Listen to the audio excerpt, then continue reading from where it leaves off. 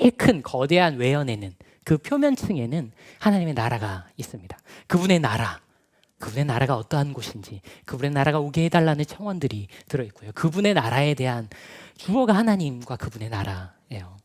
그 다음 그 안에는 우리의 삶과 생존이 들어있습니다. 주님, 우리가 오늘 살아남을 수 있게 해주십시오. 주님, 우리가 그 나라에서 살아가려고 할 때 우리에게 쏟아지는 수많은 유혹들로부터 저희가 자유로울 수 있게 해주십시오. 주님, 저희를 무너뜨리려고 하는 세력들로부터 저희를 보호해달라는 그 간청들, 우리가 살아남을 수 있게 해달라는 청원이 들어있죠. 여기에 주어는 우리가 됩니다. 그리고 가장 내부에 있는 그 핵심층 안에는, 그 코어에는 빚의 탕감이 들어있습니다. 빚을 갚아주는 것. 하나님과 우리, 그리고 빚 탕감. 외연에는 하나님의 나라, 그 나라를 구하는 우리들의 이야기가 들어있고요. 그 안에, 겉의 내부에는 우리의 생존과 우리의 삶을 보호해 주시는 하나님에 대한 간구가 있습니다. 그리고 빚 탕감 안에는 우리와 하나님이 동등한 비율로 나눠져 있어요. 우리가 빚을 탕감해 줄 테니 하나님 저희의 빚을 탕감해 주십시오라는 말이 기록되어 있죠. 예수님의 청중들의 대부분은 그 소작농이었어요. 자기 땅이 없어서 딴 사람 땅에서 농사를 대신해 주는 사람들, 혹은 일용직 노동자들. 예수 그리스도처럼 예수께서는 목수셨거든요. 그러니까 일용직 노동을 하는 사람들, 혹은 또 많은 층이 여성이었죠. 아무리 재산을 많이 갖고 있다 하더라도 자기 재산이라고 말할 수 없는 사람들. 이 기도를 듣는 사람들이 하나님과 우리의 빚 탕감이라는 소리를 들었을 때 우리의 빚을 탕감한 것처럼 하나님, 오늘 저희의 빚도 하나님 앞에서 탕감되기를 원합니다라고 했을 때 유대인들이 사실 떠올렸던 개념이 있을 겁니다. 그 사람들의 머리를 차지하고 있었던 개념은 아마도 하나님과 우리의 희년이었을 겁니다. 소유가 뒤엉킨 부자들만 갖고 있었던 그 땅들이 원래 이스라엘은 땅을 공동 소유하고 있어요. 지파들별로, 집안별로 땅을 다시 다 원래대로 돌려주는 거예요. 그래서 해방된 그 사람들이 그 땅을 기준으로 다시 살아갈 수 있게. 물론 그 해에 그 땅은 농사를 짓지 않습니다. 왜냐하면 땅도 쉬어야 되고 가축도 쉬어야 되잖아요. 그러니까 그냥 슈퍼 안식년 다 쉬는 거예요. 여러분, 희년은 엄청난 거예요. 한마디로 얘기하면 여러분 사회경제적 리셋 버튼을 누르는 거예요. 그냥 완전히 꺼닥 초기화시키는 거예요, 이스라엘을. 그러니까 희년은 한마디로 얘기하면 혼자 살지 않는다는 거예요. 그리고 누구도 혼자 살지 않게 해준다는 거예요. 예수 그리스도의 사역은 혼자 살지 않는 거에 집중되어 있어요. 어디를 가시든 제일 먼저 만나고 제일 관심을 두는 건 누구냐면 그 동네에서 혼자 사는 애들이에요. 그 동네에서 혼자서 비자발적으로 나 혼자 산다를 찍고 있는 애들 찾아가셔서, 혼밥 하고 있는 애들 찾아가셔서 같이 밥 먹고 같이 도와주고. 어떤 사람들인가요? 장애인들.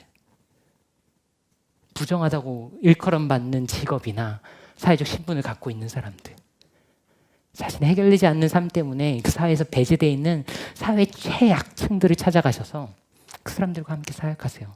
또 어떤 때는 특이한 일도 하세요. 희년의 대상이 아니어야 될 것 같은 삭개오 같은 사람 찾아가죠. 돈 많은 사람. 그래서 희년을 선사해요.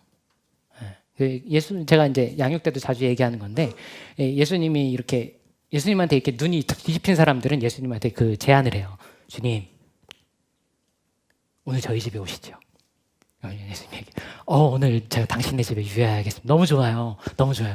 주님 오시면 식사 대접하겠습니다, 제가. 이게 인지상정이잖아요. 좋아요. 밥 먹으러 가요 하는데 뒤에서 막 사람들이 막 최소 12명이 따라오는 거예요. 밥 먹으러 가요. 12명만 따라오면 다행인데 막 그 동네에 있는 불황객들이 다 따라오고요. 막 노숙자들 다 따라오고 막.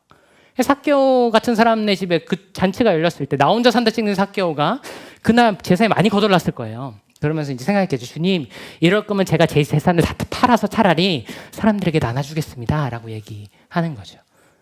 부자들의 삶도 어쩔 수 없이 강제적으로 희년을 살게 해주시는 거예요. 예수 그리스도는 인격화된 희년이라고 말할 수 있어요. 하나님의 꿈, 이 세상을 향한 하나님의 꿈. 하나님과 이 세상이 그렇게 긴밀하게 연결되어 있고 하나님과 피조세계와 인간들 사이의 모든 것들이 그렇게 완전히 맞물린 정확한 싱크가 되는 그 꿈을 이루기 위해서 하나님이 이 땅에 예수 그리스도를 보내주셨죠. 그분은 걸어다니는 희년이었어요. 우리의 빚을 탕감해 주시면 우리가 그 여유로, 우리가 그 탕감받은 빚으로 다른 사람에게 빚을 탕감해 주겠습니다.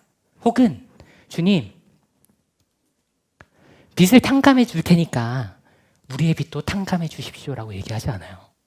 뭐라고 얘기하냐면, 주님, 우리가 우리에게 빚을 진 사람들의 빚을 탕감해 주었으니, 빚을 탕감했으니, 그러니까 이 빚을 탕감해 주십시오라고 얘기해요. 빚 탕감, 이 희년의 기도가 전제하고 있는 건, 우리는, 이 기도를 하고 있는 사람들은 이미 희년을 살고 있다는 거예요. 이미 혼자 살지 않기로 결정했다는 거예요. 이 기도를 하고 있는 사람들은 이미 이 땅의 고독사라는 개념을 받아들이지 않기로 결단했다는 거예요. 이 기도를 하려면 용기가 있어야 되고, 담대해야 되고, 대담해야 되고, 소망이 있어야 된다고 얘기하는 거예요. 여러분, 파혼했을 때 제일 나오기 힘든 곳이 어디냐요? 이혼했을 때 제일 나오기 힘든 곳. 내가 부도, 내가 재수, 내가 삼수, 내가 실직, 취업 준비할 때 나오기 힘든 곳이 어딘가요? 너 재수 아니야? 그래, 교회 못 나올 수 있어 라고 얘기하죠. 우리는 개인의 삶 안에 들어있는 삶의 비극들, 어쩌면 공동체가 함께 짊어져야 되고, 공동체가 함께 기도하고, 공동체가 함께 통과해야 될 그 순간에 사람들은 교회를 나오려고 하지 않아요. 내 삶은 내가 해결하고 와야지. 지금 내 삶에서는 개인의 문제가 가장 시급해. 주기도가 주문이 되면 이런 일들이 생기는 거예요. 개인화된 신앙인들은 개인의 삶, 세상은 싱크가 하나님이랑 맞든 알든 상관없이 그 안에서 나만 알아서 잘 생존하고, 내가 부를 누리고 내가 명예를 누리고 내가 잘 살면 그게 좋은 신앙인이라고 생각하면서 살아요. 그러니까 사역자들도, 교회 리더십들도 그런 설교를 하면서 살죠. 여러분, 희년의 중요한 정신 중에 하나가 뭐라고 말씀드렸나요?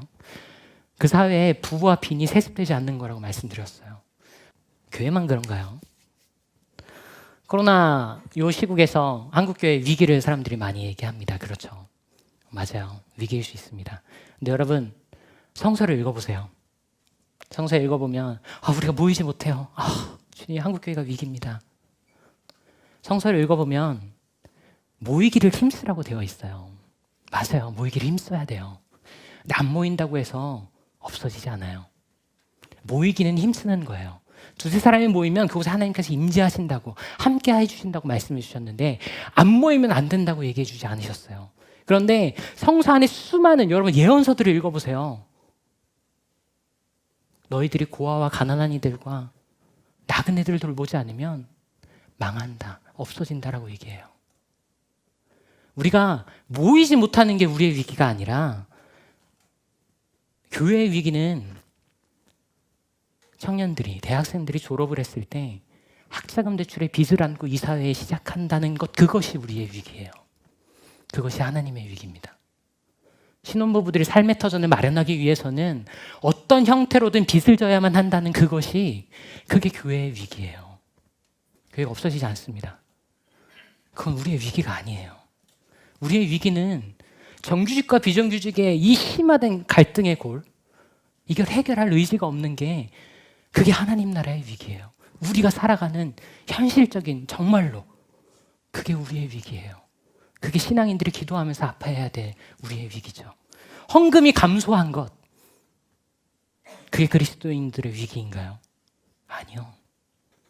여러분, 여러분의 일터에서, 우리가 살아가는 이 사회에서 야근 수당이 정당하게 주어지지 않는 것, 주휴 수당이 주어지지 않는 것, 주말에 일을 하고도 당당하게 휴일 수당을 요구할 수 없는 것, 그렇게 이 사회가 굴러가고 있다는 것, 그게 우리의 위기입니다. 그게 하나님이 아파하시는 거예요. 교회 건물이 코로나가 끝났는데도 텅 빌까 봐 걱정이 돼요. 그게 교회의 위기인가요? 아니요.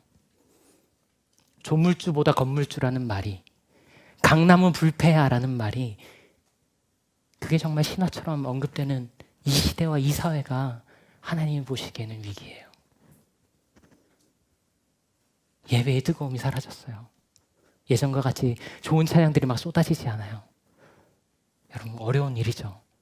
그걸로 망하지 않습니다. 그런데 어떤 게 우리를 망하게 하냐면, 여러분, 권력화된 성차, 표준화된 젠더로 사람들에게 폭력을 행사하고 차별을 말하고 억압을 얘기하고 혐오를 말하는 것, 그것이 우리를 망하게 할 수 있어요. 코로나로 인류가 다 정지하니까 여러분, 활성화된 생태계를 바라볼 때 인류가 정지하니까 생태계가 희년을 누린다는 것, 그게 교회의 위기입니다. 그게 우리의 위기입니다. 그게 우리가 아파해야 될 일입니다. 그게 우리가 아직도 이 기도를 해야 되는 이유입니다. 하나님과 우리의 희년은 그와 같은 걸 얘기하는 거죠. 이 땅에 그 누구도 혼자서 살면 안 돼. 이 땅에 그 누구도 혼자 살아가려고 하면 안 돼. 그걸 말해주는 게 이 기도인 거예요. 그러니까 여러분, 이 기도를 하십시오. 이 기도를 우리가 합시다.